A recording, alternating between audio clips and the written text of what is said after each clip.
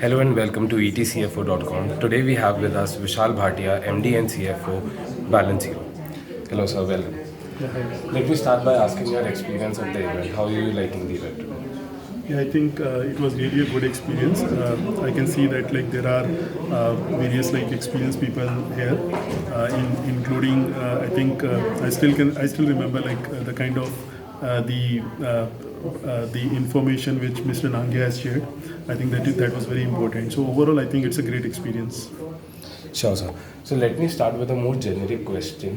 What kind of difference has digital made in the lending business?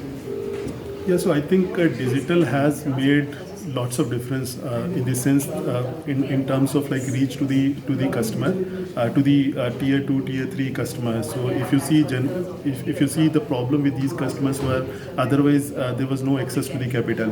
With the digital lending now they can get money from the digital lenders easily.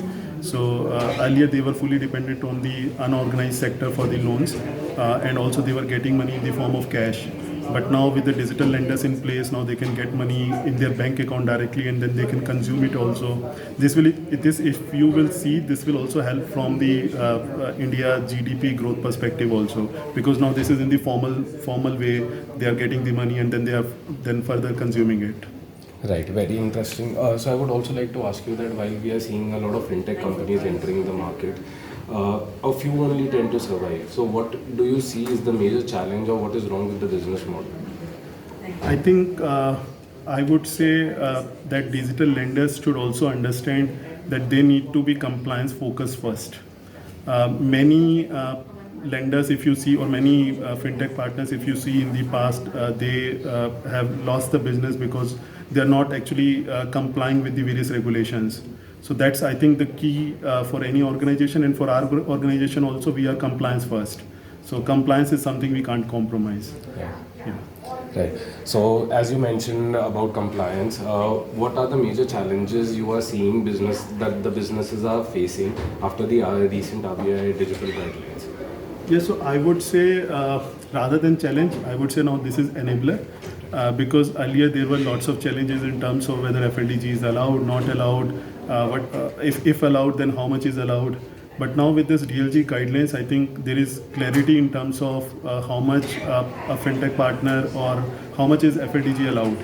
And then accordingly, I think this will boost up the industry, because now you see even with this clarity, now even banks are looking to partner with the NBFC companies.